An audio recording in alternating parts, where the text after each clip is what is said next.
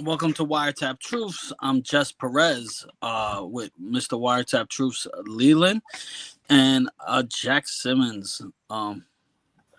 Recapping episodes, bringing interviews. Right now we're on season 2, an underrated season, so we're having fun doing the recaps. I hope you guys find season 2 in your lives and tune in, man. So. No more season 2 slander, man. Yeah, we're putting an end to that. Exactly, yeah. That's our mission. We're putting an end to season 2 slander. Exactly. So we're going to do season 2, episode 3. Jack, you want to start us off? Oh, yeah. And by the way, I forgot to mention, we did last Tuesday or so, we did the episode we're talking about, like, great actors that passed away, Yep. I feel like this year, I just want to say, a lot of great legends like Val Kilmer and Robert Redford, David Lynch, Gene Hackman, and yesterday, one of my favorite actresses, Diane Keaton, passed away. I heard about Michael, that. Is it true? I love Diane Keaton. Annie Hall, the Godfather movies. Was that one with Bette Midler? And they'll fucking tell me later on. But yeah, great actress, one of the best. First Wives Club? Yes, First Wives Club. That's the one I was. Okay, thank you. You know what? Just speaking about legendary actors and actresses, I don't know if you all have been following all these years the Bruce Willis story, like, kind of what he's gone through. It's very sad. That's, to see that he's almost like a vegetable with his family and stuff like that. It's almost like whenever that happens, hopefully it's years down the road, but I know he's suffering, but that's going to be a sad day too, I try to check up on like any progress with him every couple of months, it's just, I grew up on Bruce Willis, man. Asphasia, it's a horrible thing. Yeah. When you're at that point, though, it's tough to say, but when you're at that point, sometimes it's better God just spares you the pain and takes you. Because I don't know if y'all seen any pictures of him, but he looks different. Like it's almost like he don't know what's going on around him at all. It's so sad. Like, dementia and cancer has to be like the worst diseases out there. Yeah. Dementia make you forget everything that somebody good to you has done for you. Like, it's a crazy situation dealing with somebody with dementia, man. But blessings to all of them, man, for sure. Yeah. Anyway, happy Sunday. Right. That's all right. I didn't mean no down energy. Out. I just figured I'd mention that because I love Diane Keaton and all those people. But anyway, let's get started, guys. Season 2, episode 3. Episode is called Hot Shots. I know it's not referring to the 90s Charlie Sheen comedy. Hot Shots, directed by Elodie Keene. Story by David Simon and Ed Burns. The quote is, "What they need is a union," by Beadie Russell. Russell's got herself her first quote on there, so congratulations, Russell. It's a joke too, right? She's saying that as like a sarcastic, she's talking about the prostitutes, right? She's like, but they I think she's saying it more like she's thinking about what to do. We'll get into that later on. And I think that's her only quote too, if I'm not mistaken. Yeah, probably. Makes sense. Yeah. So the episode starts off again. We're in the dead of winter. There's snow everywhere.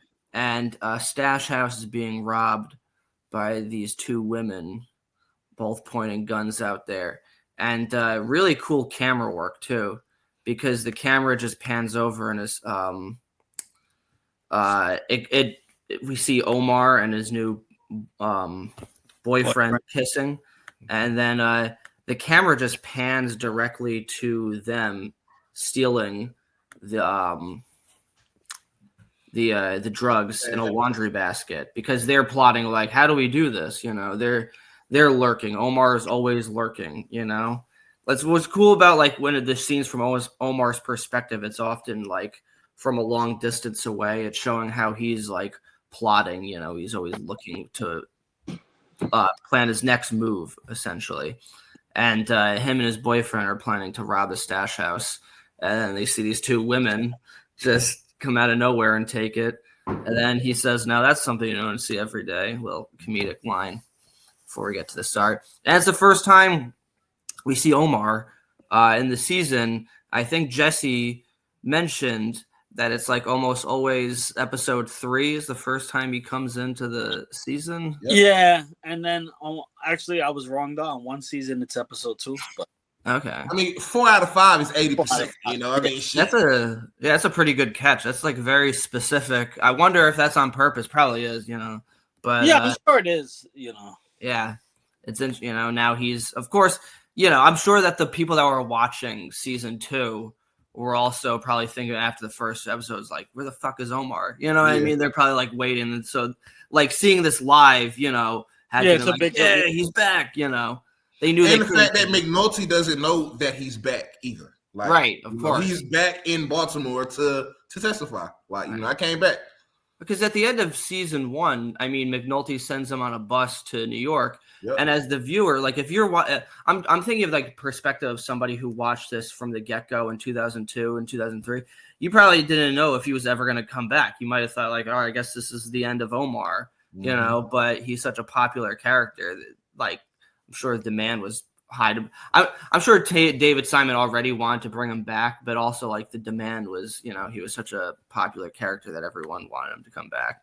Yep.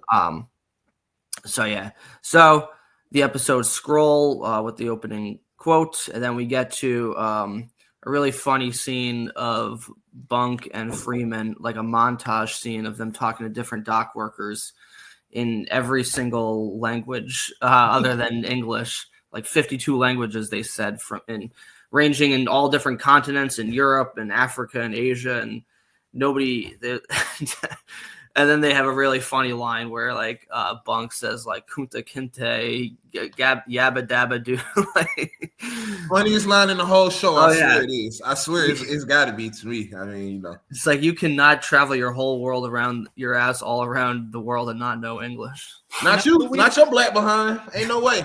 Ain't no way you don't speak no English, my boy. Okay.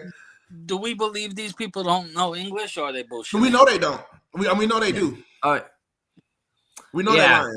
Oh yeah. He says it. He says it. Like when we leave, they still speak English, right? He was like, "Yeah, they do." Yeah, they know not to talk to the police. Freeman's almost like channeling Samuel L. Jackson in Pulp Fiction, where he's like, "English, motherfucker." I'm sure it took them a couple of scenes of like, you know, them breaking, but it's a dead end. And they talk to that guy who kind of manages the ship, and he says essentially all these people jump ship, and they didn't leave really anything of use behind. There's no crime scene whatsoever to get like DNA from.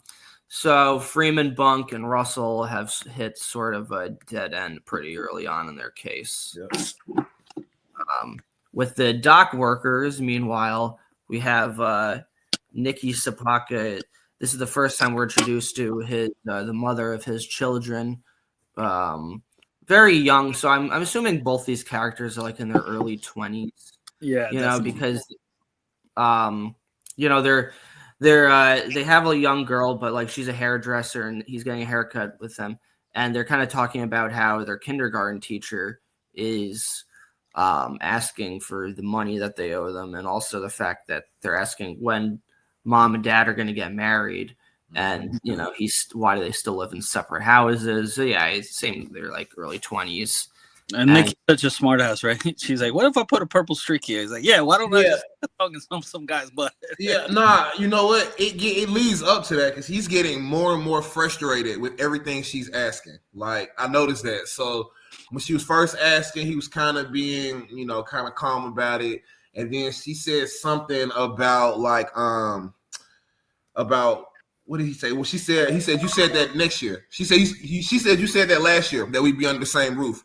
And then she doesn't even pull his hair. And he's like, are you pulling it or combing or taking it out? Yeah. Like, she didn't even pull his hair, but he's getting so frustrated.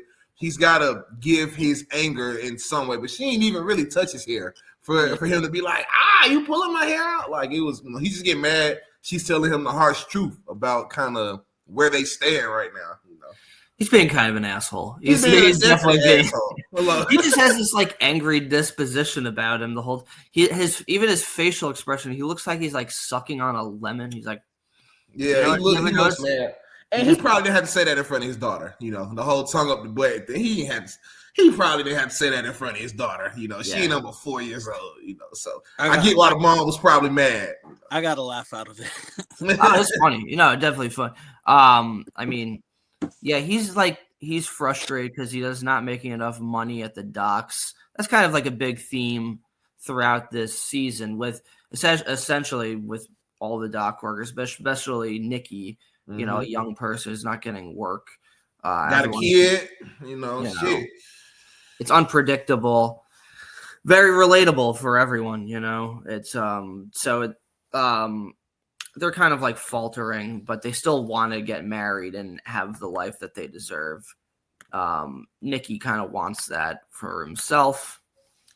Then also we see McNulty and Daniels meeting each other again, and McNulty is essentially trying to find like evidence for the bird case, bird killing William Gant.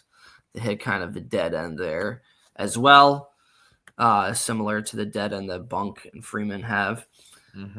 And you know, it's kind of a pleasant conversation between the two of them. They both realize they have a lot in common. They've both been screwed over by their bosses. Yep. McNulty was put on the boat, and then Daniels was put underground in a cage too. Like, you know, like he's literally boxed in a cage in the back. And it also establishes that McNulty doesn't know where Omar is. He tells him, like, last thing I did was put him on a train to New York. You know, I don't know where he's at. Kind of. Right. And Daniels establishes that he's leaving. So he lets it be known, you know, to the department, hey, I'm walking. And he also mentions Kima being a house cat, which I thought was like a little bit of a foreshadowing moment because she does come back. She does end up coming back into the detail, you know, so it shows like, yeah, Kima would rather be a police, you know, for McNulty to be like, yeah, that ain't her, you know, kind of thing. So no, definitely. And you know, that's kind of like similar, like McNulty, Daniels, and Kima have all had moments where they're on the edge of leaving the police force, and you kind of get the sense that their lives would be a lot better if they did. Like, essentially, they would have much more stable lives. They'd be able to be there for their families more. I think Daniels and Kima for sure, because they have something else. But McNulty, he don't have no other plans other than being a cop. When he's with Russell, though, you see that there's a lot of potential. You mean like a cop that's active and, you know, not drinking and, you know, having sex with women on cars in public kind of thing. You know, like, a beat cop and not a homicide detective. Yeah. Right. When he like establishes that life with Beadie, Russell, and their kids, you get the sense that like, oh wow, he could have like a real, like a normal life. But like they're kind of hinting that Daniels wants that too early on, and he's gonna leave and get become a lawyer because he has a law degree. Yep. You know, probably be an easier, like you wouldn't have to deal with the bullshit of the bosses that he's constantly dealing with now. And he's also figuring, is like, what's the point of just staying here and in this fucking cage and inventory? Essentially, it's like the lost and found for police. That's kind of where he is at. And so they say take care, and in their minds, they're figuring they probably will never see each other again. Yeah. This is a cool scene too when Omar and what's the name? We haven't Dante. What's his name? Dante. Yep. They're stealing from the women who are counting up and smoking crack at the same time, multitasking. I don't think it was crack. I think it was a Black and Mild. Oh, okay. I don't think they were free base. Yeah, that makes more sense. I think it was a Black and Mild. Yeah, you wouldn't be able to count and smoke crack at the same time. That would be. But cool shot too, because do you notice you see like the silhouette of Omar's gun? Yep. Like you see the shadow of it. It's like an old timey movie that he comes like an old detective film, and then Dante comes around and he's like, "I'm with Omar." And then they thought like Omar, I thought his ass was out of town. They ran his ass out of town, and then Omar comes back. He says, "Spread the word. Omar's back." And you almost want to just like have a freeze frame right there, like dun dun dun dun. Omar is officially back in the scene. On the flip side, Freeman, Bunk, and Beadie Russell go back to Sergeant Landsman with their tail between their legs because they got nothing to offer. Both defeated. Landsman's just chowing down on a cheeseburger with one hand. Like no napkin. Was it a cheeseburger or was it like a cheese steak? It looked like a cheeseburger, but it could have been. I don't know what it was. He was stuffing his face. It was meat hanging off his fingers. Like, you know what I don't understand about Omar's boyfriends too? Why is he always like explaining the game to them? Like, does he just meet people and introduce them? Like, aren't they criminals also? Like, we always have him like breaking it down like they're like 5-year-olds. I think he's the leader of the group, right? No, yeah, I know, but if you like when you watch it, like he explains everything, like, well, why we got to do like this, and he's like, well, it's like this is how we're gonna do it from here. Like, should be like, duh, like, what are you fucking stupid? It feels like he always just like drags them into that life or something. That would be funny if he's putting out like an ad on like Craigslist for people that want looking for a robber boyfriend. Right. You know, must know how to hold a gun. You know? Recruit people. You know, this is before Facebook Marketplace. I don't know how you'd find someone.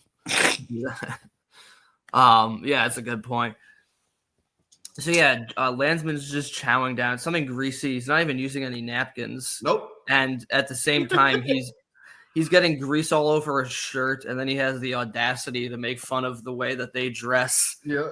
Because he's like, you know, he said he sees Officer Russell in her police uniform, and he tells her that they're wearing plain clothes and not like the lawyerly affectations of Bunk and the Tweety impertinence. Great vocabulary. Great dialogue right there. Tweety impertinence of Freeman. But he's realized like, hey, they have nothing to work on, and they don't really know what to do at this point either. And they got to report to Ross. They know Ross is watching. Yeah, and so they have 14 Jane Does with not a thing to see. So this episode also continues on the plot line of the missing van that Frank Sobotka stole in the previous episode, and he's putting in like they're shipping it all over the world. They would say around the world in 880 days, taking photos with it just to mock Valchek.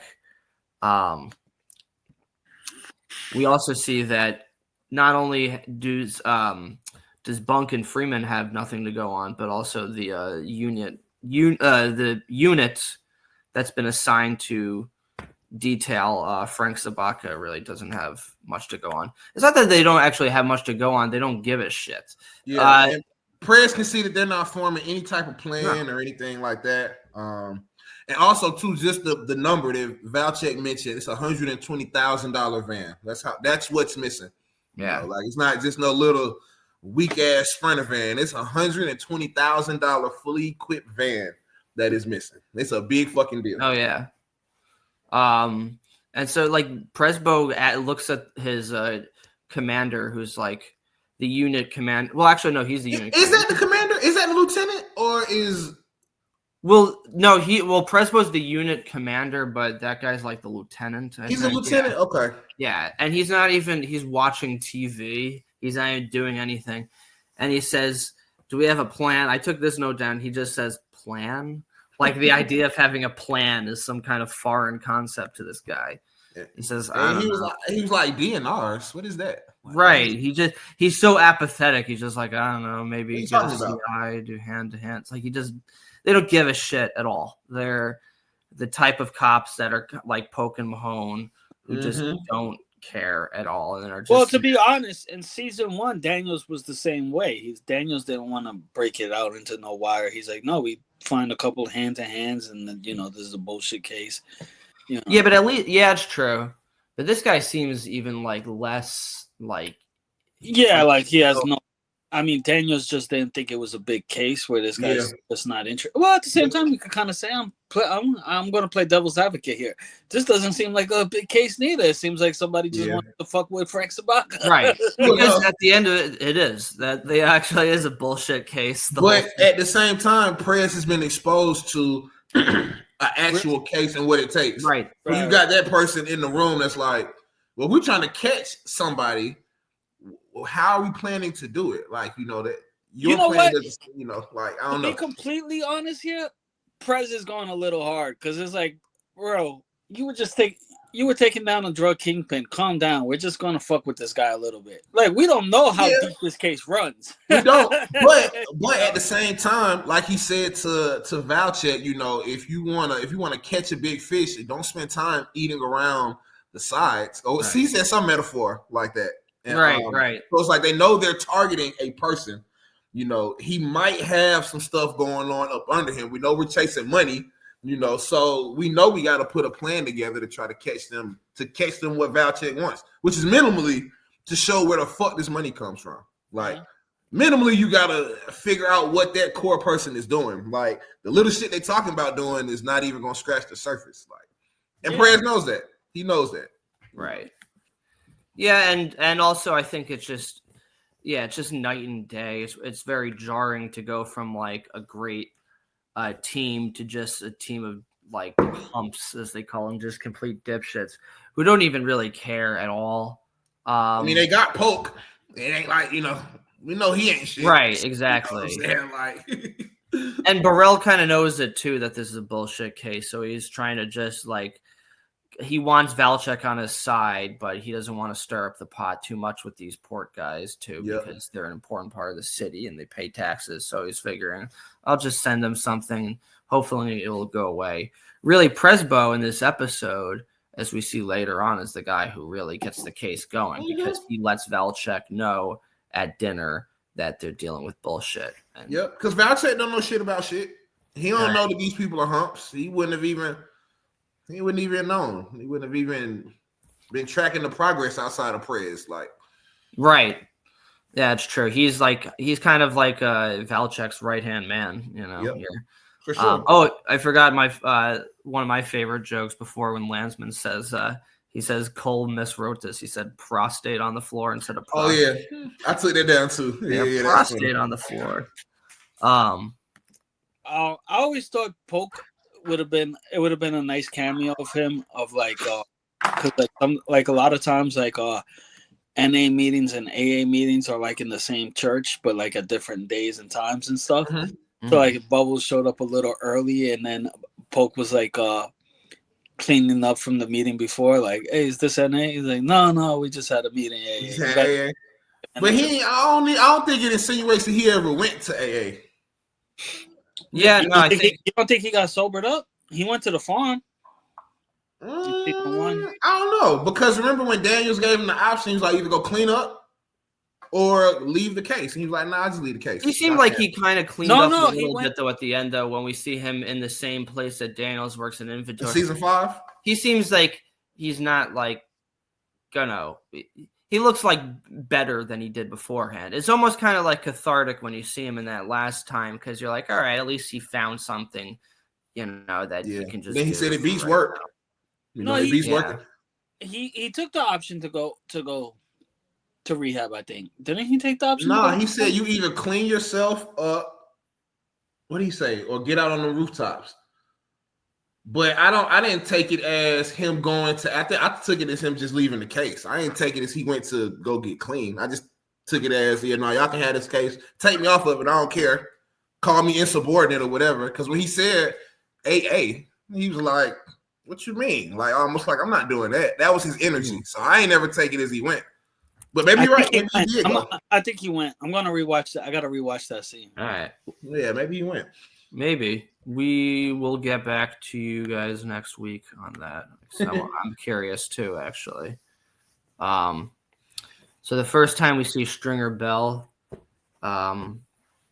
he's with those two guys. You guys got to help me out with the names. I don't know their names. I think one is it Shamrock? Is it Shamrock? And The other one, he says it to Avon. He don't have many lines. He says it when he was reporting to them about Bodie, about them following Bodie. I think Tank might be his name, something like that. I think it is Tank. Yeah. Pretty.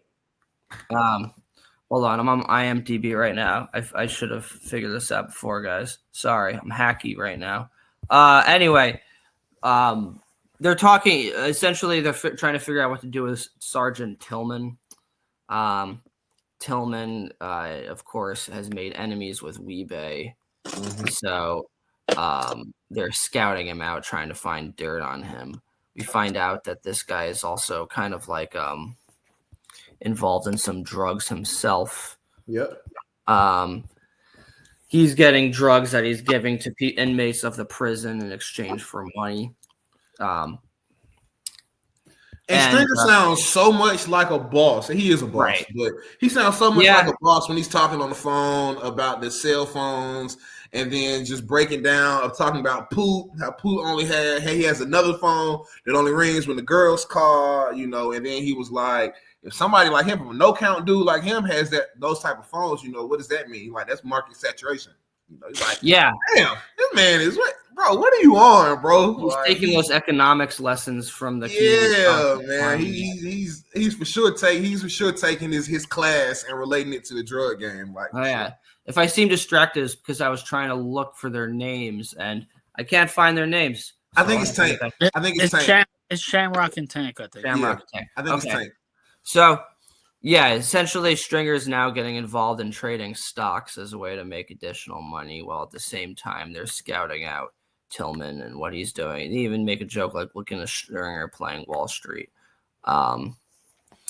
Omar, at the same time, meets up with these two young ladies and wants to join a business with them.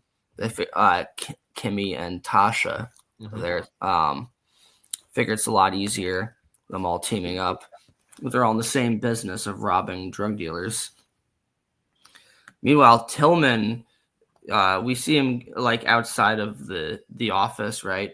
And he's betting with these other people about who would win a fight between a Jack Russell Terrier and a large rat. And I used to have 2 Jack Russell Terriers too. I love those. Oh, dogs. you did? Okay. Yeah, I love those dogs. Tillman bets on the rat and loses, and he's pretty pissed off. He loses a lot of money on there. And it's a funny thing that comes back later, too, because later on you see him when we meet Butchie for the first time. He's like, get out of here, dog. He's angry at the dog because he lost money on that. Meanwhile, Omar and Dante, you see them. Omar kind of has the same relationship to Dante that he did with Brandon, where he's kind of more the traditionally masculine role of it. The Dante and Brandon are more emotional in that sense. Dante's insecure because I think Michael Kevin Darnall did not approve of, right? He was all right. Let it be known, I ain't no softy. Right. Well, no, I mean, he said, that he kind of thought that it meant that the darker skinned person was the more dominant. That's right. That's a good catch. So Dante is also concerned about his role, though. He feels like he's going to be replaced. But Omar assures him that they're all just kind of going to work as a team here. So this other scene too was when we see McNulty dropping his 2 kids off. Very much, what's funny is this came out in 2003, so these kids were probably about my age when this season came out, and they were talking about the Lord of the Rings movies as they go in. It's very of its moment, And McNulty wants to come in and say goodnight, but Elena stops him from doing that and tells him that her lawyer has sent him over a letter of separation, which really stings because we saw Jimmy talking in the previous episode about wanting to get back together with Elena and the 2 kids. But she seems like she's just putting a whole kibosh on there. You really feel bad for Jimmy because it's just let him say goodnight to his kids, I felt like she was being a little harsh there. She could have just let him inside. Anyway, Nikki, of course, is worried about how to make money right now. He's barely getting any days of work on the docks, and his little cousin suggests that, well, maybe join in on selling drugs with him. Nikki is stressed. He says the N-word. I'm like, oh shit. Oh yeah. Oh shit. And that had to be for them to even put that into the dialogue.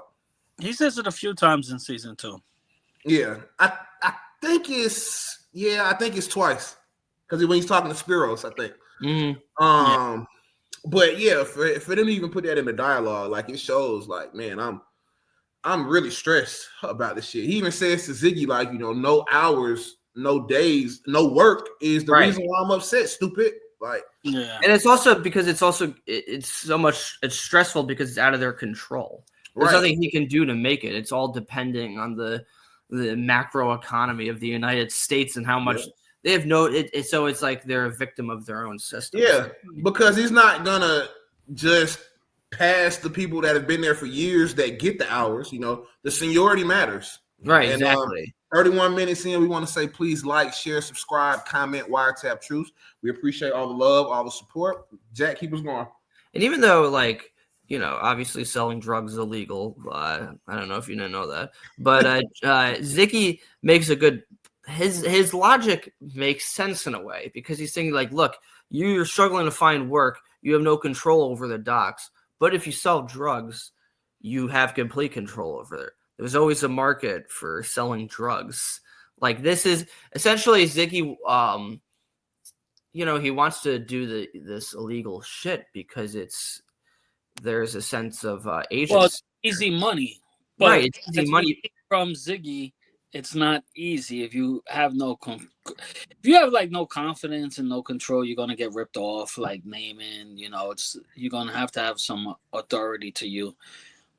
Essentially, it does become like a job, and the risk is a lot higher. I mean, at least with Nick doing the docs, he's working with like high professionals. Like, you're gonna get caught selling a G-Pack, like from a beat cop and fucking go to prison. It's like, Nick is the more logical one here. Right? No, yeah, for sure. Especially because you're also working for his dad too, so you get special treatment. I think in Ziggy's perspective, though, he's figuring like, look, this will be a way for us to make some easy money that we have control over, and all the money goes to us. We don't have to pay anything through taxes or Eventually in this episode, Nikki does agree to go along with Ziggy, but it's selling cameras, not drugs. Something that's more, less risky, I guess. Not as risky, right? Exactly. Selling it to a guy who runs like a tech shop back when they had like Radio Shacks and everything like that. But for right now, Nikki's like, fuck that shit. And again, Jesse is right. You do like wish that Ziggy just stayed on the docks because he would have been much happier here. In a way, throughout this season, Ziggy's a frustrating character because he's ultimately his own worst enemy. All the things that happen to him are really because of his own choices that he makes. Even though he's constantly being warned against them, he just goes with his worst instincts to sell drugs or start fights or do all this shit that gets him in more and more trouble. And you don't think he's like a really bad guy, so you root for him. But it is like you're watching someone who's inevitably going to spiral, and you kind of get that sense, And then it makes you sympathize with his father because it's like, as much as you want to take care of your own son, like there's only so much you can do to protect him. Eventually, he's going to make his own decisions, and it just so happens that all of his decisions end up badly for him. Yeah, he's a really fascinating character. I always saw in Ziggy. So Russell and Bunk are essentially discussing what they should do with this case. They have nothing to go on. All the addresses that go through that are related to these women are through fake addresses. the people that traffic these women kind of cover their tracks really well. Essentially, Bunk said like it's a can of dead girls shipped from nowhere that went nowhere.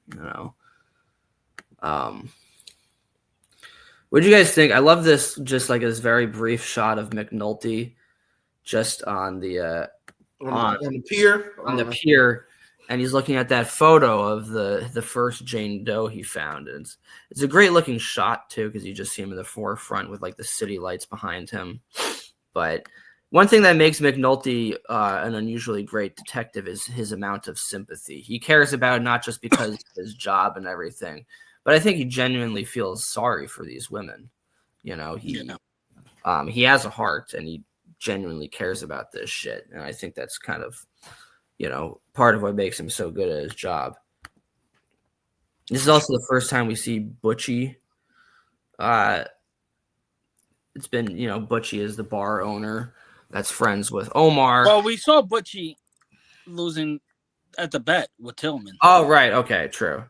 But this is okay. So this is like his first dialogue scene. This is his first dialogue, yeah. Right. And the actor is actually blind too, which is pretty cool. cool. He is? Yeah. Oh, okay. That's very cool. He essentially does work for Avon and Stringer and Officer Tillman and Omar. He's the guy that everybody goes to launder money, because he's great at his job. No one would suspect a blind guy. Nope. And I don't think he's laundering money for Avon and Stringer. I don't think. But they know him. I mean, they know him enough. No, they know. Yeah, they know him. Yeah, they know him as to. Yeah. Right. And when Stringer is talking to him, because Butchie's like, he's made good money for me, and Stringer's like, well, I'm asking on behalf of Avon, and he's like, shit, Avon is Avon. His reputation carries so much weight through this show, like it just carries so much weight. He's not even free. Yeah, but Butchie's selling drugs to Tillman. Yeah. So he's a drug dealer. Mm-hmm. But Omar doesn't get along with drug dealers except for Butchie. Sure, he's a drug dealer and a money launderer. Yeah. He's both. He's Omar's bank. Yeah, he's Omar's bank, but Omar makes an exception for liking drug dealers with him, I guess. Butchie. Yeah, right. That's his man. As we see later in later seasons, Butchie has Omar's back, front, and side. Like, he got him protected at all angles. Like, that's his man. Omar trusts the drug dealer. Like, he usually despises them. That's one of them situations where, like, the family member that you love the most or the friend that you love the most be like, man, you do some foul shit, but I know you got my back. It's kind of one of them things. Like, I look to the side for Butchie, kind of thing. He'll make exceptions, and that's the thing. That's one of the worst. If anything solidified your hatred for Marlowe, one of the worst things he's ever did is when they killing Butchie. That was like there. Damn. The game that's why the game. Marlowe is probably the most, obviously everything else they've done is horrible, but that just is like, jeez. They did steal, what was it? They had to pay Omar $400,000. So, on top of getting robbed, Marlowe getting robbed by Omar. So, I mean, it was kind of like, I don't give a shit. Eye for eye. This isn't real. They killed Butchie. But that scene is so poetic, though. Like, no other way I could see that coming from a blind man and being Butchie's last words. Damn. But also, I mean, they killed shit, Butchie. Jesse. That's a hell of a catch. Damn, wow. Well, you can't see anything, Butchie, kind of thing, like that is a good little play. Good little play on him being blind. But also, there are no rules in the game. Everyone just breaks them constantly. And you know what I mean? Like, even at the end, like, there's no loyalty whatsoever, which is kind of one thing that Marlowe showed, is that like anyone can just get killed. They don't give a shit about anybody. It's all, it was sad. That's all I'm saying. When he gets killed at the end there. But so they're trying to set up some information to find Officer Tillman to like kind of blackmail him, and we don't know their plot yet, but we'll find out later on in the episode. McNulty's going to Doc Frazier, who to find out information about the first Jane Doe. Wait, is Doc Frazier? Isn't that what they call Walt Clyde Frazier? All right, sorry. McNulty is going to Dr. Frazier to find out about the first about all the dead girls, and Dr. Frazier is also really great at his job. He's able to find out from their breastplates that were put into them through a plastic surgery that they got plastic surgery at this place in Hungary like over a year ago. It's funny the way he's saying he's clearly very proud of all the work he's doing. He knows that Jimmy cares about the job, so he's kind of like, he's like, look what I did. I found all that information out. Yeah, and then, I like Doc Frazier. And Frazier's and what's great. the Walt Frazier's nickname? I think you're missing Dr. J with Walt Frazier. I think so. What was Walt Frazier's name? Walt the Clyde Frazier? Walt Clyde Frazier, right. Oh, true. New York legend, too. I man. definitely am mixing New up York League legend. Yeah. Yeah. One of the best. Magic Larry Bird. Yeah. Michael Bryant, yeah. So they found out all this. They got plastic surgery at this place in Hungary, and also he was able to find out that they all had sex like within the 48 hours before their death. Mm-hmm. So they're finding out information about it. He lets it be known to the McNulty that Cole isn't on the case anymore too. Yes. Okay. Yeah. Good case. And McNulty, his facial expressions immediately like, oh fuck. What the fuck did I do? He was saying last week like Cole was collateral damage, but now it's like your two best friends in the department are collateral damage to what you did. And then we see Omar's new team and their scheme is they're taking this girl who's I assume the daughter of this drug dealer and walking her up the steps and saying and pretending to be a concerned citizen, saying that the girl's been getting picked on. I never understood this in all of these years. I never got it. I never understood why he would let her in his house. Why does she have his daughter and you don't know that she's part of this robbing crew? Like I never understood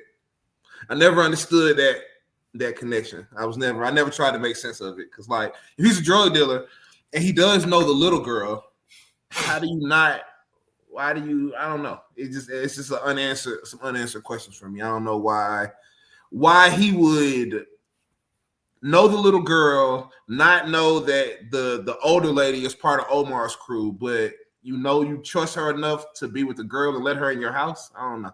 Well, Omar takes like weeks with these things like that we don't really see. So the girl probably developed a relationship with the daughter, maybe, and he got to know her.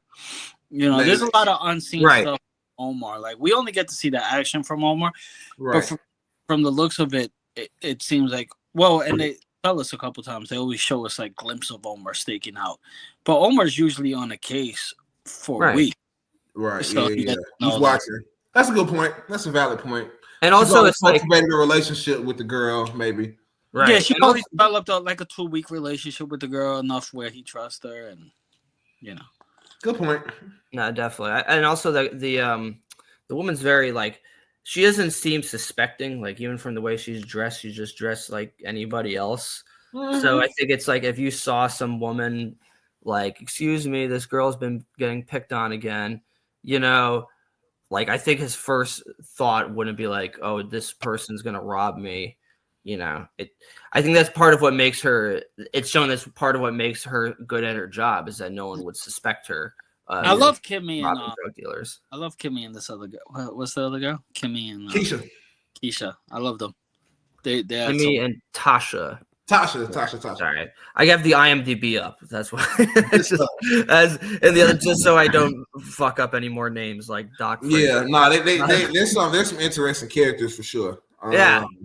Both of them. Like when we get to season 3, we'll start to see them a lot more. But it's very cool. The two of them just working together to and they're really good at their jobs. They point a gun and Now Omar's back to I'm back in it. You know, he's right back into the game. Tillman, on the other hand, we see what he's doing with all this coke. I like the actor, how he's pouring coke and he's just like looking at it. He's so focused on sneaking all of this in.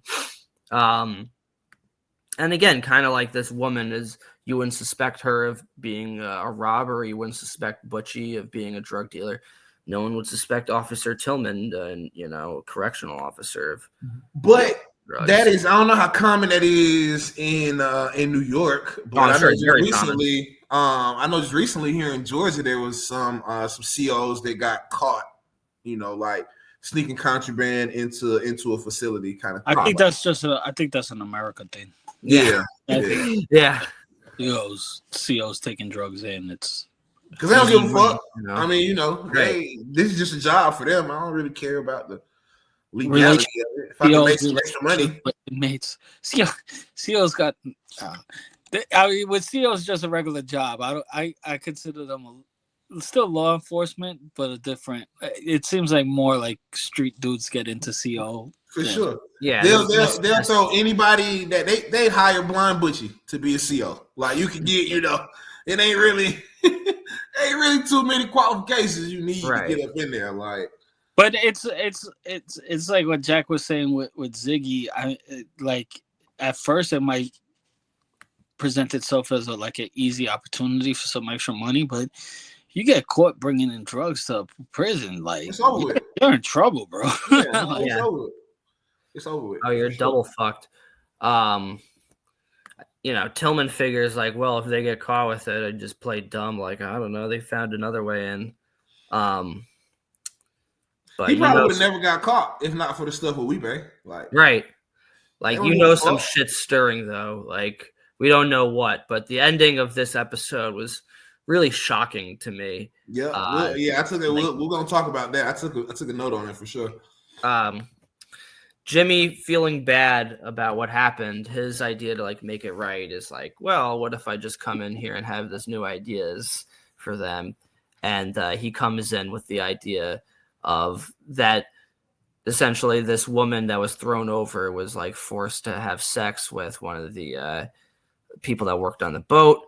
They roughed her up. One of them panicked and threw her over the water. And then it's really funny because Freeman are wow, you deductive motherfucker.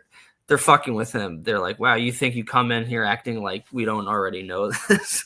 Yeah. I like the way they humble him. And Beadie even joins in the fun. Yeah, exactly. They know right away because he's doing this to be oh, I got you guys. Don't worry. I'll figure this case out, Oh, so now he's going to tell us. Oh, yeah. They shitted on him. They really shitted on him. Bro, get the fuck on somewhere, bro. We know what the fuck we're doing, man. Come on, man. Isn't right before here when he passed Ross and said, "Hey." I don't think it's this one. What's funny, Jesse? I was rewinding because I was rewatching this morning one more time just to make sure I ain't missed no notes. And I was like, damn, did I miss my scene?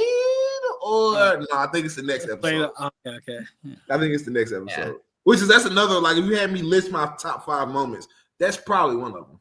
Him walking past Ross. I ain't gonna lie. Ross the sheer audacity of it is bro, what the fuck are you doing in my unit right now, bro? Get out. Ross was stuck. He couldn't even speak. He couldn't even cuss. He was like, is this motherfucker really up here right now? I love him. I love that scene. That's a favorite scene of mine. And it's my fault because I watched it last week. But is this where Beadie looks at McNulty with a little bit of admiration? Does that bother you? Yeah, that's this one. That's I took that down too. Because he talks about how they're going to be in the put in if they in the infirmary, put in a mass grave. So you know what I found funny about this scene, right? Beadie's that bothers you, me too. And then she kind of likes him, and I think you can see in Bunk's eyes, oh fuck, yeah, there goes another.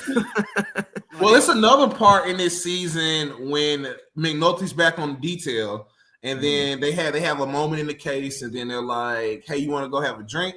And she was like, "But after 2 beers, I get sleepy." And McNulty is like, "Me too." Yeah. Freeman look, he's what's about to happen here? I think they kind of feel bad for her, Yeah. No, she's immediately smitten with Jimmy. All the women love Jimmy. I think it's in his contract. I think it's got to be. And you got to at least give me the opportunity to sleep with all these women because he tried Kima too. Which makes no. The Kima shit is hysterical at the hotel room. Oh yeah. He's like, I got fingers or something like that.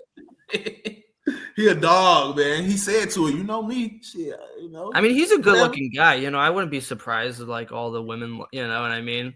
That's why season 3 makes no sense to me. And when he falls for this girl, who for Beadie or for Carcetti's manager. Oh. Well, I mean, she's not a bad-looking woman. No, but I'm saying the way she plays him and just throws him out after sex, and he's like, "I want more," and I'm like, "This is not Jimmy." And Jimmy doesn't even like high-class people. It just, I don't know. You can see like when they're actually like about to get intimate, she's very dominant. Like she's talking to him crazy, like shut up, like she's very dominant from that perspective. So like her personality was like from the jump was shut the fuck up, Jimmy. You just do what I tell you, kind of thing. Like I don't think he wasn't used to that. Somebody talking to him like, yeah, all right, I had sex with you. Now get out of my hotel room, bro. Yeah. So also at this point, he wants a relationship. I think that's the arc of his characters. He starts off like I don't care, but he misses that comfort of like a family life, like with Elena and the kids. He's trying to like replicate that. Yeah. Right. But what makes him think he's going to get with a girl that throws him out after sex? Like, he's trying. She's hot. I get it. 51 minutes in, we want to say please like, share, subscribe, comment, Wiretap Truth. We appreciate all the love, all the support. Please keep us going, Jack. But yeah, you see Beadie's face when she gives Jimmy that look. Like she gives him a flirtatious look when they have that commonality. Because she realizes that he genuinely cares about this case also. Even though, he comes in with a bit of an ego in this scene of like, I figured it out. And it is funny the way they humble him. How they go back and forth. It's like they all shitting on him at the same time kind of thing. He smirks too, like he realizes they're busting his balls because they figured it out beforehand. The first time we see like Frank here, he's in a suit, clearly out of his element at this like fundraising element. With all these like stuffy businessmen and politicians. And he has this sort of like speech that he has to rehearse to try to get money and donations. And you could see that he clearly just doesn't want to be there. But he has a lobbyist there that kind of tells him which people are a vote on this, the granary project that they're trying to build. And so, he realizes like I need to get some different. He talks to one person, but his lobbyist is like he's a yes. You need to get for people that are more of like a maybe. And one of the people that he points to all these different politicians, and one of them that he points to is Clay Davis. Yeah. This is I think this is the first time we see Clay this season as well. Yeah. Clay's character is funny because at this event, he's like the opposite of Frank. He's totally in his element. He's very comfortable being the loud center of attention, like the big character in the room. But he has this like, he just oozes sleaze wherever he goes. So even Frank gets that sense right off the bat. Hey, partner. Yeah. And he knows right away that Frank wants money. And he's kind of like messing with him, like, Frank says like this might be a good year for the poor, and he says, might be. He says like, y'all making a lot of friends in the right places, and Frank says, well, we're friendly people. So they're both bullshitting each other because they're just trying to get money. And it's funny when Clay walks away, Frank gives his lobbyist that look of like, ugh, what am I doing here? Everyone's yeah. You know what, y'all too. Frank's whole thing was simply just to do everything, even if it was illegal. I'm trying to do everything in my power to raise this money to possibly make a push to get more legal work for the doc. Like, you know what I'm saying? Like, so I guess it's kind of like, yeah, he was into some illegal shit, but his whole purpose was just to secure more hours for his union. Like, you know, it's a commendable. He's in the wrong. Don't get me wrong, but it's a commendable thought to kind of try to, like, you know what, I'm gonna put everything on the line to try to bring my doc and my workers some more work. You know, so. Mm-hmm. Yeah, of course, he's just trying to do right by his people, and you know, as we've seen with Nikki and Ziki, it's like all the Sobotkas are just trying their best to trying to make something, you know, trying to make something for themselves and their families. Meanwhile, these guys go to the Department of Homeland Security to find information about these women and do a little research. And they say, like, these women bring home a ton of money, and there's something like 50,000. No, like 500,000 per girl every couple of years. Right. So multiply that by 13, 14, you know, kind of thing. No, they said like 50,000 women coming from like. Oh, shit. Yeah. Damn.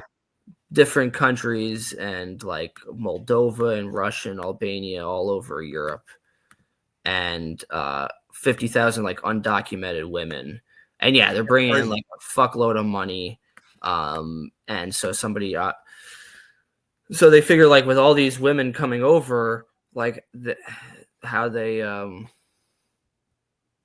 they work? Like how do they get all this work?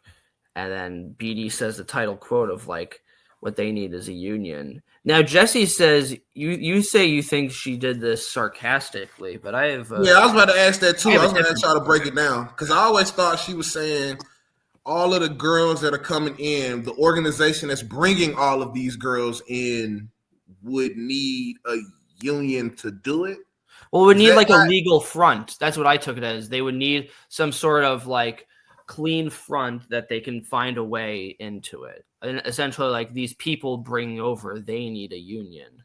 That's why, like the Greeks need the union because it's a legal manner of which they can operate. They can just pretend it's cargo, and everyone benefits from this. Is the union and the people bringing the traffickers, like the Greeks. Oh, so she's saying that? Okay, I took it as she was saying the prostitutes need a union.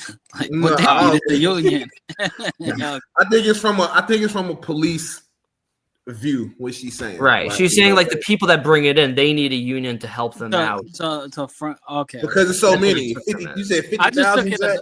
I took it as she was like, what these prostitutes need is a union. Like kind of no, I think it's talking about the people bringing the girls in, and that's the epilogue too. That's the they need a union. That's the. It is funny how that she says that, and it's almost like a light bulb goes above her head because she kind of connects like, wait a second, that's why they would need Frank Sobotka's union to bring them in. Yep. Which sets up in the next episodes how they'll start to like go after Sobotka, and that case connects to Przebylewski's case. Yep. So yeah, this is kind of the scene. The next scene is kind of the one that I was mentioning earlier, where it's like Valchek's anniversary, and of course, so Przebo's sitting next to him. It's funny, like the first thing he brings up is like, how's my case coming along? Like, even on his anniversary, you can't think of anything else. He's so singularly obsessed with Frank Sobotka. And, Przebo is honest and says, like, they're bringing bullshit. Burrell kind of played you and gave you all these useless policemen to pretend like they're making a case out of nothing. Mm-hmm. And you could see Valchek just starting to get more and more angry with every sentence. And Prez is putting him up on game too from the last case. He's telling him like, hey, we could have brought back way more in assets, but Burrell, he blocked us and said that we were chasing the wrong money and stuff like that. He pretty much let him know like we would have definitely brought back way more money, but Burrell stopped it. So he kind of put Valchek in a kind of looking at Burrell funny now kind of thing. He's got some ammo, right? Like, hey, how why did you stop this case from going in? Yeah. And then when Valchek talks to Burrell later on, he says like, I have a lot of dirt I could throw on you about why you put this case to bed. Yeah. I always took it as like he knows, word spreads fast, and there's probably some other shit on Burrell that we don't know, but Valchek. on the other side too, like, and Valchek says, he says, you probably got enough votes to still become commissioner, but I can make it uglier than you want it to be. You know, like, it probably wouldn't have, I don't want to say it wouldn't have mattered, but it definitely might have made some people look at him like, what's going on? You can't really prove it though. I mean, kind of like, you know, it's just kind of hearsay from your son-in-law that was on the case, but you can't really prove that Burrell did any of that. But you can spread the word, you know. And an hour in, we want to say, please like, share, subscribe, comment, Wiretap Truth. We appreciate all the love, all the support. Thank you all. But yeah, he couldn't really prove it necessarily that Burrell didn't do what he was supposed to. How could he? You know, but he can spread the word and let people know, like, hey, look, my son-in-law was on the case. He told me that they stopped the case because of this, you know, but probably wouldn't have been enough to stop Burrell from being elected commissioner. Well, it said Burrell is they were trying to push this other guy, though. Yeah, true. That's true, though. They did have another candidate. That's true. That's true. But I don't know. That's a good point of like, hey, you know, this is just hearsay. Like, who cares what Presbalewski says in the first place? You know, the guy's a fucking idiot. Yeah. You know, Valchek certainly thinks it's enough fuel, but I don't know. That's a good point. Would he have gotten to commissioner with that? And maybe not. Yeah. You know, maybe not. We don't. It's a good point. So he scared Burrell enough though to go get Daniels. Like, Burrell thought it could have affected him enough to where, you know, have to bring I need to switch up this detail and try to get Daniels to not retire. Like, but there is like, I remember Daniels brought in some like dirt about Burrell, you know, that like there is some stuff that he knows about. Everyone's dirty, I feel like, in this fucking police, you know what I mean? Everyone I'm trying to think, is there anybody, because Daniels got dirt, as we know, on him. Right. I'm trying to think, was anybody clean? I don't know. Maybe there might be a Wiretap Truth random episode. Maybe was there any police officers, truly clean cops that did nothing dirty in the wire, like nothing dirty. I don't know. That's interesting. Yeah. Oh yeah. Kima. So you said who, Jesse? Kima. That's true. Facts. Yeah. True. Yeah, she ain't do nothing dirty. Yeah, that's facts. Bunk. Yeah. But I kind of was thinking like maybe like higher ups, like Rawls, Daniels, Burrell, you know, maybe the one that had. Does Valchek really do anything dirty? Does Rawls do anything dirty? Rawls didn't do anything dirty. Rawls, nah, not really. He's just a dick, but he's not like Freamon spoke on something in season 5 where he was trying to overthrow this cop, the cop that was giving McNulty and Freamon the bodies. He was the cop that was sleeping on the job, and he was helping them find the homeless, the dead people. He said when Freamon was explaining it to McNulty, he said that Ross tried to like overthrow his case or step into his case and do something to the case. I can't remember the dialogue, but I don't necessarily think it's dirty, more so than just trying to exude his power. That kind of thing. But I'm not sure. So we also continue with the plot line before of Stringer going to visit Donette, D'Angelo's mother of his children. Stringer even says, I was sent to take care of you, you know, and then and you know what's funny? When I saw this when I was younger, like the naive brain of mine is like, man, String like came on to her. She's obviously coming on to him the whole time from the come inside. The first thing Stringer does say to her first is D'Angelo know what he's missing. So he kind of but she was already walking to put the music on. She's already putting that music on, and that's true. Here's the thing: I will play devil's advocate. I don't think Stringer was intending to seduce her until she made a move. Yeah, I kind of feel like he saw the opportunity. I don't see it as. I mean, I think her putting on the music. I mean, you can when somebody and listen to music and not sleep with them, you know, like. When she's unzipping him though, that point, I think he was like, all right. He unzips her. He unzips her. He unzips her. Yeah. Oh, okay. I don't know. I think it was both of them. I mean, he saw her. He was like, okay. He said what he said, and then she said, "You reminded me about something." you know, I need to give you this shirt from D'Angelo. Right. He got it before he got banged up. It was both yeah, of and them. then she's like this and stuff. I don't know. I kind of saw some seduction. I mean, if you want to say who made the first move because she put on music, I guess, you know, I guess. But That's awesome. he definitely said the first flirty thing to her. Right. He spoke it first. You know, granted, I don't know if putting on music necessarily means, hey, you know, about to have sex. But here's what. No, well, I'll put it to you this way. What if you visit your female friend and she's like, come in and puts on some like smooth R&B, and your wife walks in? Oh, well, yeah, first of all, there would never be a female in my house with my wife. Never. Let's say you go drop off papers at some lady's never. house. I can't even put myself in that situation, bro. Yeah. But I'm just saying, people put on music. Do you see how this looks? Do you see how putting on some Luther Vandross or whatever? Yeah, no, I get it. No, I get it. I definitely get it, though. You're right. Like if you come into some woman's house and she starts putting on like Barry White or Marvin Gaye. I mean, I think that is insinuating. It's not like she put on like some Tupac hit him up like first off. Right, yeah, no, it's definitely joint. insinuating for sure.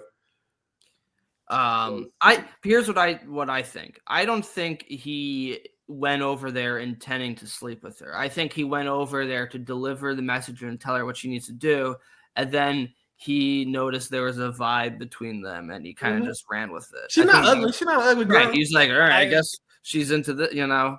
I agree with Jack. She's not an ugly girl. I think she. I don't think he was originally intending to do it, but then he saw like it was. Then they do it right in front of D'Angelo's picture. Yeah, no, you know. It was extra insulting because she gives him his shirt too. And he says, like, I'm an XL. And she's like, no doubt. Like, it's just adding just really fucking insulting to D'Angelo. Like, guy Stringer hates D'Angelo. Oh, my God. I'm telling you. Yeah. It's like he's in prison. He's out there sleeping with his mom. What if, like, some post-sex talk was like, and then we hear him say, and then he's getting sandwiches. Ah. Yeah, exactly. He was like, "Where's Wallace?" He's crying like a bitch. Yeah, that's Stringer did him dirty right here. Or the end. Of course, you know.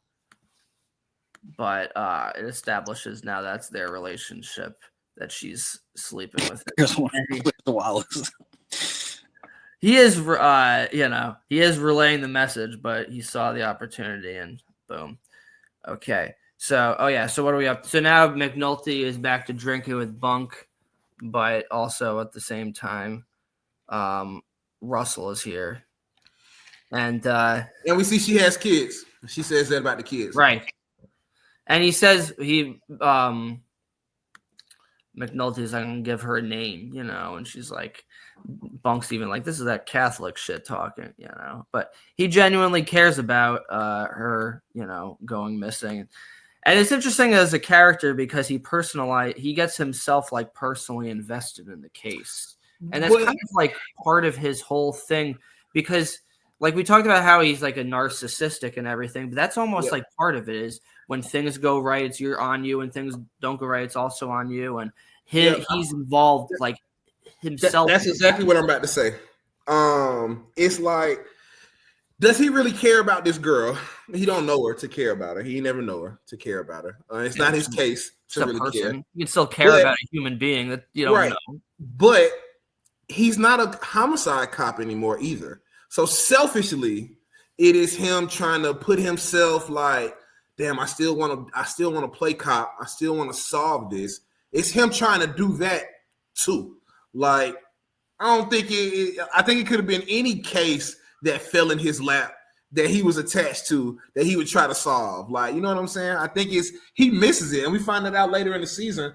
He misses being a cop. Like, he says it like, man, shit, if I'm not going to be a cop, what the fuck am I good for? Like, so it's some of that too. Like, I think I half agree with you. I think he does genuinely care because I think part of him, he talks about like that grave, you know, the mass grave that they're dug into. Yeah.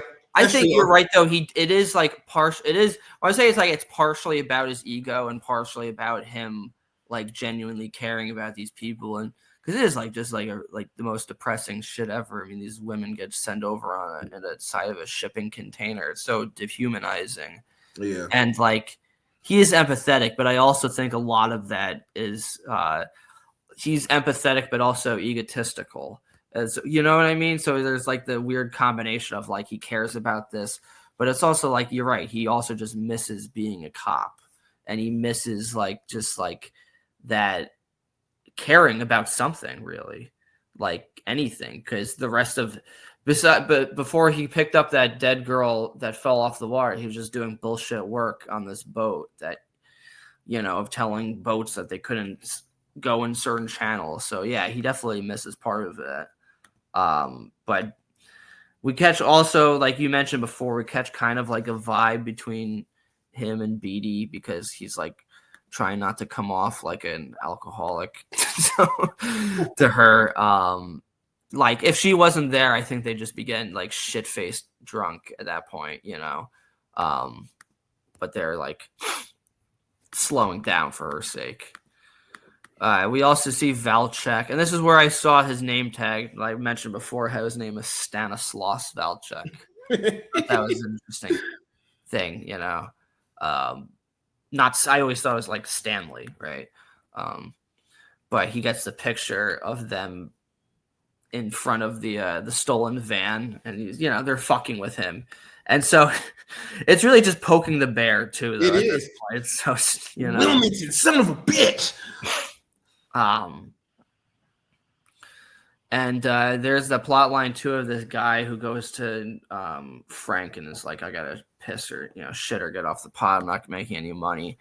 Frank tells him to get a beer and a shot on him tonight. Mm-hmm.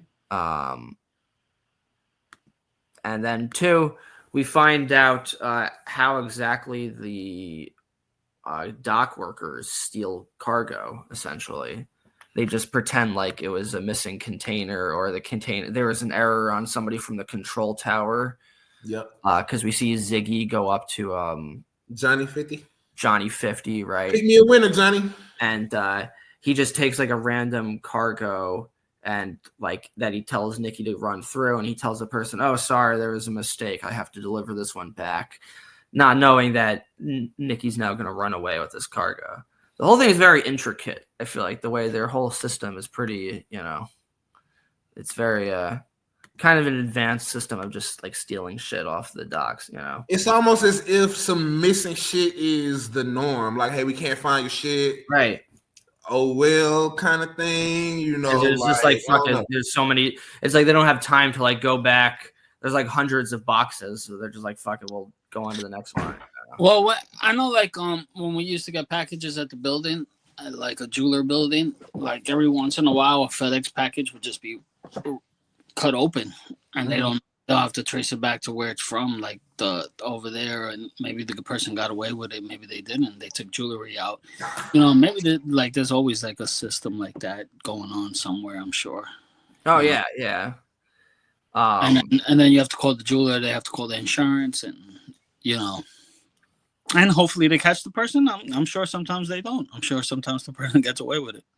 Because on these dock workers too, I feel like they're on such a tight schedule. They don't have time to like go back for any like missing boxes. They just and there's so much inventory that it's like we're talking thousands of containers, fam. Yeah. What are you gonna? So that's kind of how they do their shit. And just on a smaller scale, y'all. Just thinking, I remember last like Christmas, my wife ordered a bunch of stuff from Bath and Body Works. I mean, like a bunch of stuff. It was like their sale, and she bought a bunch of stuff from them. And I mean, we never found that package. She traced it, tried to call it, so. Or even on a smaller scale, right? Shit can come up missing, and there's no repercussions from it. Ain't like we could call and be like, hey, we want to sue the post office for my wife's missing lotion and body wash. You know what I'm saying? Like, so shit just comes up missing. Ain't nothing you can do about it. Like, was it from Amazon or? No, she bought it from not Bed Bath and Beyond, Bath and Body Works. Oh, okay. It was like a sale they run like November, the Christmas sale. So she bought a bunch of lotions and body washes and stuff like that. And she was looking for it, and we were tracing it. I went up to the post office. They said it was one place. Other place said it was another place. Like, it was still missing to this day. So, Dude, Bath and Body Works got some good shit too. They got some nice candles. Yeah, no, when they run them sales, bro, it's like my wife goes, she goes crazy. That's her spot. Like during the holidays, we frequent Bath and Body Works because the candles. I know y'all see me light the candle every episode. Every one of those candles is Bath and Body Works. It's every single one of them. Yeah. Me and your wife have the same taste in candles. So that's that's funny. And what's it called? So we also see D'Angelo. I think this is like the first time we've seen him all season, right? Is it first scene I remember with him all season? Have we not seen D'Angelo yet, Jesse? I feel like we have. I don't know. I gotta think about it.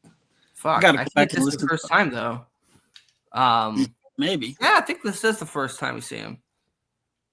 Huh. He's he's found his place as a librarian in the prison. A very quiet kind of job, like definitely the job you would want to have if you were working there and just trying to go through your years, not making. Oh wait, I'm sorry. No, it's not. What am I talking about? Yeah, because last episode he was seeing he was doing cocaine.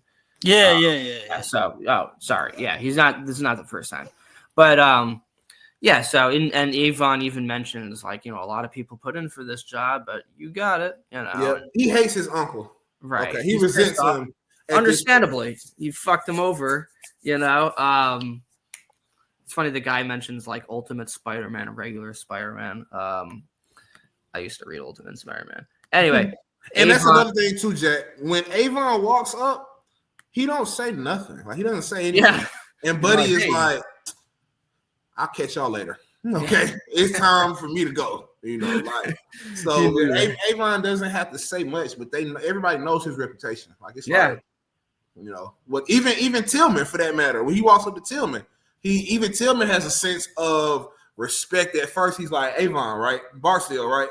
He's like, yeah. Even though he says, no, I'm not going to do what you about to ask me to, motherfucker. But he knows who he is. And it's like, okay, all right. Avon also can't believe the disrespect, right? He's like, what?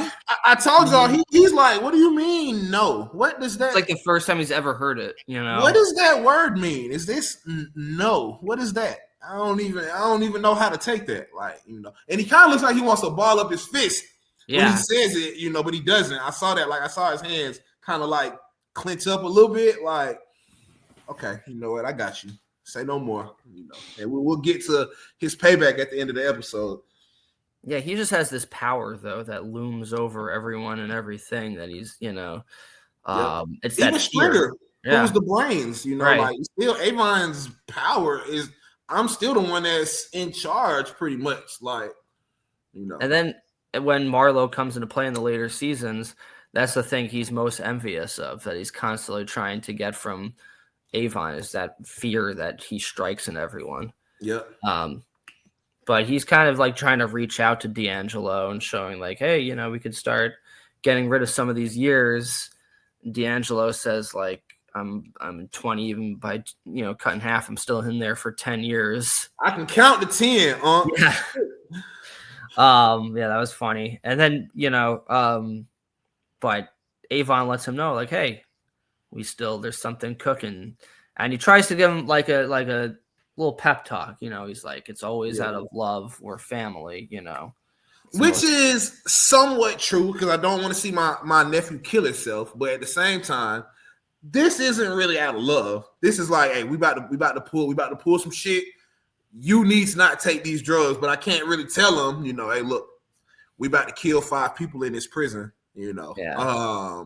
I need you to not take the drugs. So I'm about to kill some people in the cells, you can't really say that, but it's out of love in a way because I don't want to see him kill himself, but it's also for the bigger picture is like, hey, look. We about to pull off this job, Hey, you need to just stay clean, my boy. Yeah, exactly. Because that's right. He asked him. He's like, for the next few days, don't take drugs. Can you do that? And you're right. He gives that false sense of like, I just need to make sure that you're not addicted to. Yeah, and also too, this is for you, Jack. When he's standing over D'Angelo, Jesse, I don't think I've ever noticed this, but in that scene that we're talking about right now, he looks so much taller than D'Angelo does, like in the little library. I don't think I ever noticed the height disparity. But in that scene, he's like he almost looking down, he pats him on the head. Like I'm like, damn, he looks kind of tall. Like I think D'Angelo. I think Wood Harris is like 6'2", 6'3". 6'3", yeah, I just looked it up. And then Larry Gilliard Jr. is 5'10". Okay, so he got him by about 4 5. That's about right there. I just never noticed that height disparity. Right. But that scene, you can see kind of like, damn, he's towering over him. Oh, yeah. Well, if you want to do it like a little metaphorical, it shows how even in prison, his shadow looms over him. Right? And that's kind of the point that I was about to make. Like, I wonder if, I don't know if you can make somebody taller, for a scene purpose, but it almost looks like. No, if the actor was like shorter, if they had like Avon as a short person, I'm sure they would make different angles. Different choices on how they film it. Maybe right.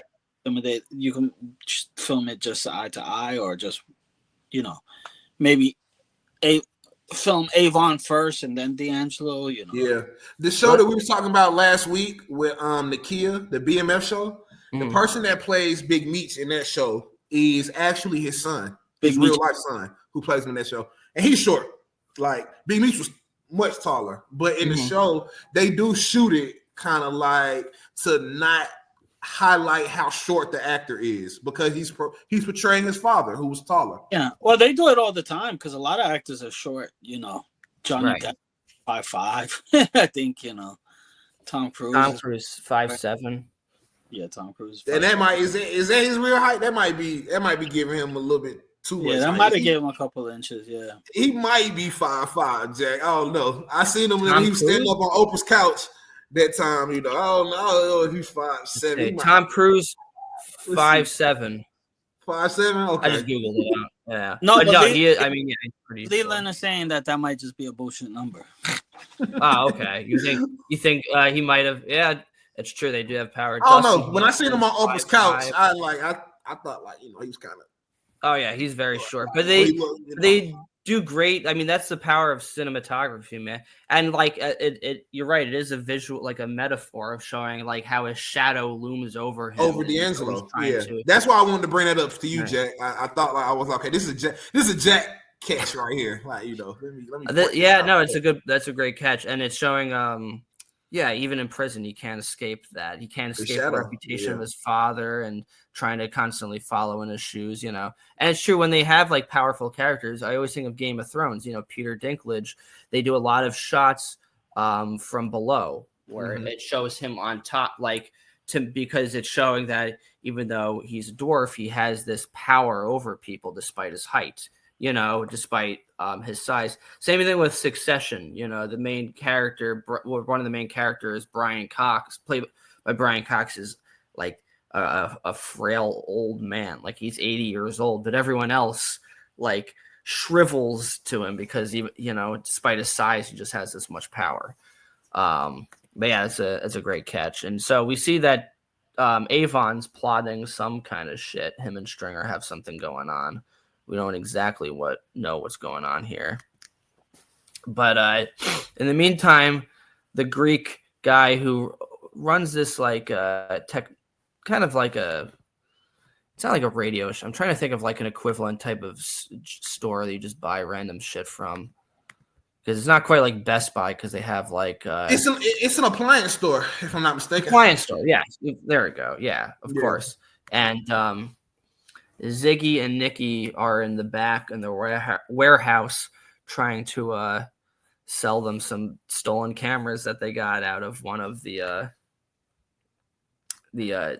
crates, right? And Nikki's doing a better job of negotiating than Ziggy. Ziggy gets so much disrespect from this guy. The guy's not even looking at him, Nikki is the one conducting all of the business. And I love when Triple G says, "I wish I had a lady with thin ankles, but every night I come home to my wife." Right, exactly. He's playing his own wife. He's got negotiating on a diss with his own wife. Oh yeah, and they eventually they get to a number of they both get $20,000 a person. Now is that 20,000 to Ziggy and Nikki, or 20,000 split between the two of them? No, split. Okay, so they each get 10,000. 10 grand each. Okay. No, wait. Wasn't it 5,000 each? Because Johnny 50 gets a split of that too. Johnny 50's not involved in this though. Oh, he's not involved in this one? Okay. Isn't Johnny 50, doesn't he mark the one as missing? But I thought he was involved in the one later with Ziggy and Nikki when they bring in the chemicals. No, Johnny is involved because Frank. Remember when Frank is talking to Nikki and he's like, the cameras go back and he's like, we already sold them, and then he said, who's the inside man? And he said, you don't know, so fuck it, I'm not telling you. I took the inside man as being the Greeks. Him not telling him inside man. No, inside man in the inside the docks. The computer in the docks. So it was Johnny 50. Yeah. Okay. Interesting, man. Okay. So they each got a couple bands then. And well, it makes sense for Johnny 50 to be involved or to make money off that because he is the one in the tower, like helping them steal the crates. It's definitely Johnny 50. Johnny 50 is the third man. And Ziggy is an idiot in this scene. He's an idiot. Let me just point that out. You're taking a picture of a complete international criminal. Bro, what the fuck are you thinking, bro? All for a dumb joke, and the guy immediately takes out his hand and just throws it on the ground. What are you thinking, Ziggy? What in what world is that okay? No, it's not, bro. This is part of a conspiracy. Like, what are you talking about? So he calls him a malaka, and I googled it before of what malaka means, like idiot or jerk.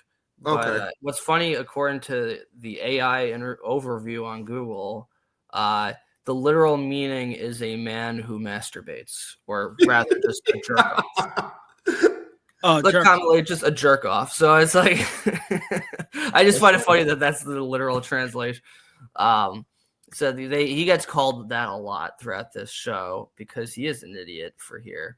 But they win the day because they made some money. And it's funny they kind of like laugh and run away like they're a couple of kids that just like, hey, we won like $10,000 a person. So this also shows how Nikki now is no longer like, Mr. I won't do any illegal shit, because that's how he was beforehand, but he realized he's not getting into work, so he's like, fuck it, I might as well work with Ziggy. And I mean, honestly, as far as his moral compass or moral code, like, he's been doing the stuff with Frank. Like, he's been, he's the one that'll take the container to Horseface. Like, he's been involved slightly, but this is the first time we see him like in some dirt. Like, for his own profit, his own, further his own money. Because he made what $10,000 or $5,000, like that's off of single sale. You know what I mean? That's like one little container. We got hundreds, thousands of containers up in this bitch. Yeah, that's more than he would make in a week's time. That's what he making a month's time, probably. Yeah. I thought I remember it coming down to 5,000 a person. Okay. And Ziggy and Johnny, which is 15,000, but I don't know. Oh yeah. So quite a lot though. Still, he's making a lot more money than he would be on the docks, and so he's probably going to be going back to that soon. Now with the detail, all these we have Sergeant Polk and these other two cops just playing poker, not giving a shit about the case. And they meet when this is I talked about this in our last episode with the Wire tributes. One of my favorite Valchek scenes, because he comes in and he's just so disgusted, and he says like, "Where's the lieutenant?" They say on the street. They're covering for him too, I think, because he's in the room watching TV, and he's just his look of like, ugh, and he just it's real rat fucker energy, right? That's the energy he's giving out. He looks like he wants to spit on the floor again too. Like he's disgusted at no progress, and he looks at the board like, man, y'all don't have no type of nothing up on the board. That's the same. Y'all making no progress. Yeah, exactly. And they're not even trying to do anything. They're spending their time like playing poker. This is where our tax dollars are going. Yeah. And just his face is just great, and he's just so disgusted with them and what they're doing. And they know too they're under deep shit because the way they immediately stand up, they know that that's not obviously what they're supposed to be doing. Mm-hmm. And Presbo is also kind of disgusted too because it's just like that fakeness of like, what are you doing here? That will set up the next scene where we see Burrell trying to get elected commissioner. He's schmoozing with all the politicians and all the council members, everyone that could help his reelection. His election as to commissioner. Valchek comes storming in and threatens Burrell and says he's got all kinds of shit he can pull on you, and talking about the last case and why they shut it down quickly. And it's great how pissed off, and there's a lot. Valchek is one of the most interesting characters in this whole series because of what he does. He's just a man on a mission here, and he wants Lieutenant Daniels. I almost said Lieutenant Dan. He's thinking of was Forrest Gump. But Burrell says that he's retired, and he says, well, he hasn't put in his petition papers. So he says, he's Don't like, me. I got as many friends here in the hall as you do. And just the way he says, for what I'm learning about the Barksdale case, I got all kind of shit I can throw. And then he just walks away. It's a great fuck you scene to him, And Burrell looks worried too because he knows he probably has a point here. Yep. That'll set up the rest of the case coming together. And the last scene, and this is like one of the most shocking endings of any episode, because we see Tillman saying lockdown at 20, but he tosses the guy some cocaine who's about to sell it to some other inmates. And then it's at night, and like we just hear screaming from one of the cells. And wait, before you finish, Jack. Okay, a few things. Vondas, he says that he thinks Ziggy uses, which he does. Oh, right. And, Sorry. And they're all very fond of Nico because Triple G said about Nico, he's really smart. And then we also see Frank, the guy that he told go to the bar. He told him to go get the money. And we see that Frank takes care of the people that don't get no hours. Like that's another note that I took before the scene. I missed those two scenes. I'm going in direct order, but yeah, no, you're right. So that scene too is great because we see the connection between the guy who runs that appliance store and the Greeks. And like you said, it shows that Spiros now is taking a liking to Nikki. And Ziggy's depressed because he can't get any consistent work. Even when like the bartender tries joking around with him, he's not in the mood to joke around. And you can see how deeply hurt he is by that guy, Frank, getting money from Sobotka when it's like he's taking more care of him than his own son. And it's like he's like clearly hurt there. Even though it's and maybe Jesse can speak to this. Do you think I don't think Ziggy was necessarily hurt about him giving money to the guy. I think it was more so I think he resents his father a little bit for like everything that he does, and maybe he's not the greatest father necessarily, but he made money that day. So I don't know if he's like, I don't know what his energy is. You know what we're talking about, Jesse? Yeah. I don't when the guy asks for a beer in the shot, she gives him extra. Yeah, Jack and I were talking about Ziggy's his energy. Like he does seem. Yeah, there's a resentment of. I think so. I think it's just my dad takes care of everybody but me kind of feeling. Right. Yeah. And it's also, I think beforehand he's just depressed because he's just, well, he says to Dolores, he's like, you know what? I'm happy. I made money today, which is why he's not like jumping all around because he's more calm. Like, I think when he was jumping all around, a lot of that was misplaced energy because he was worried and stressed out. So he's like, I might as well go crazy and whip my dick out and shit like that. But here he's like, look, I made money. I found a way to make money. So fuck it. I'm just going to sit down and have a beer and relax. But it's funny, right? When the person that annoys everybody is kind of like too calm. It's like, What's going on with you? What's going on with you? But at the same time, it's like just leave him alone before he takes his dick out again. Oh yeah. But I think he's more. Yeah, it's funny. I think more he's just like relaxed now. But then, it's weird because he's angry at his father. I took it like that when he gives him the money, or he's hurt rather. But in reality, he shouldn't be hurt because it's like, dude, your father doesn't owe you that kind of money. Like, this is a separate case. Mm-hmm. You should go out and fucking work for it. You know what I mean? Like he's giving money. He's giving money to the people that want to work.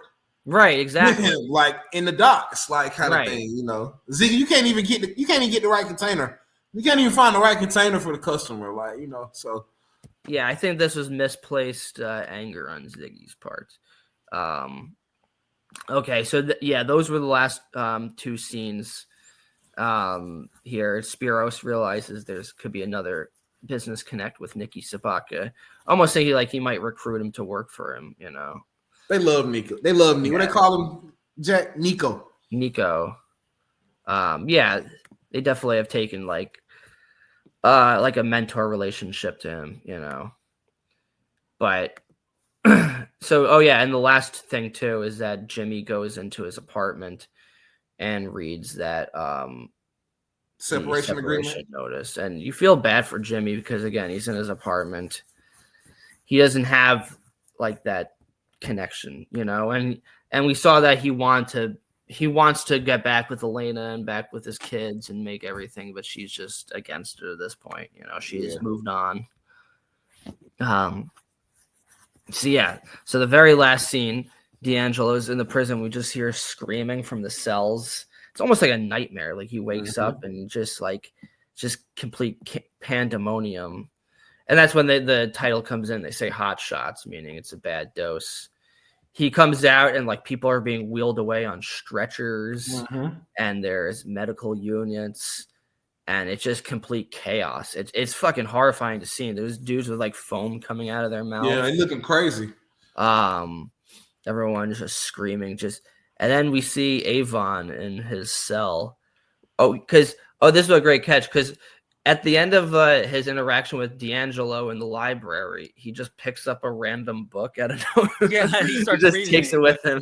And that's the book. Yeah, that's the book he's reading. He's lying down on his bed without a care in the world. Very chill. I'm controlling the prison comfortably from my bed. Okay. It's psychotic because this is one of the most fucked up things he's ever done. He's like, I just killed 5 people. For no like talk about collateral damage. Like not even an ounce of remorse or anything. He's just like, yep, that's what I'm doing. And very reminiscent, y'all. For the death of 5 inmates too, right? Butchie's responsible for the 5 deaths of inmates also. Because Butchie told them the hot shots. Wait, you said Butchie? Oh, yeah, you're right. I didn't think about that. But very reminiscent of like the Breaking Bad scene when he kills, the 9-10 witnesses in jail. I was about to say Avon doesn't have moment. Walter White did 9. Yeah, bro. He was. I think he was in the back of his balcony when that happened. Walter. Yeah. He was drinking like some water or something. Very relaxed, very chill. That's a great point. I thought the exact same thing because it's just the very nonchalant. Even his head's just like he just doesn't care. Chilling. He's chilling, and I'm killing people and I'm running the prison. And it's like one of the most psychotic. When I first it's cold. It's cold. It's very cold. It's a very cold. The whole episode, you're wondering like, all right, what is he plotting here? What is he doing? Because you constantly see little pieces of it, and then when it's revealed, you're like, oh shit, okay. Yeah, very cold. Yeah, very man. Cold. Very great cold episode. Situation. Great episode, Jesse. Who your standout actors, bro? Standout actors, season 2, episode 3. I like Beadie, Amy Ryan here. Her look at admiration for Jimmy, her kind of like getting into the case and figuring out the union stuff. I'm gonna give it a Beadie Russell episode. How about you guys? I like it. I agree. Great Amy Ryan. Yeah. Yeah, I'm trying to think anybody else that really, really, really stood out. I like Nick Sobotka. I like that he had to say, an uncomfortable word on camera, but it was, it's to show like, look, this is how I'm feeling.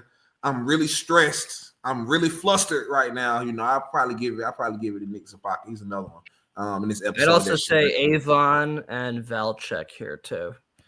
Valchek. Yeah. He had his moments for sure. Yeah, the wrath of Valchek.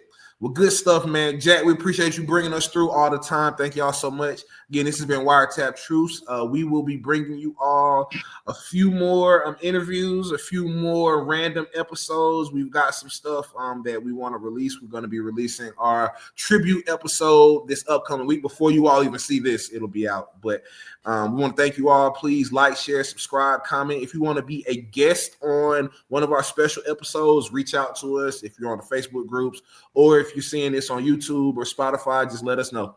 So we appreciate all the love. This is Wiretapped Truth signing out. We'll see y'all next week. See ya.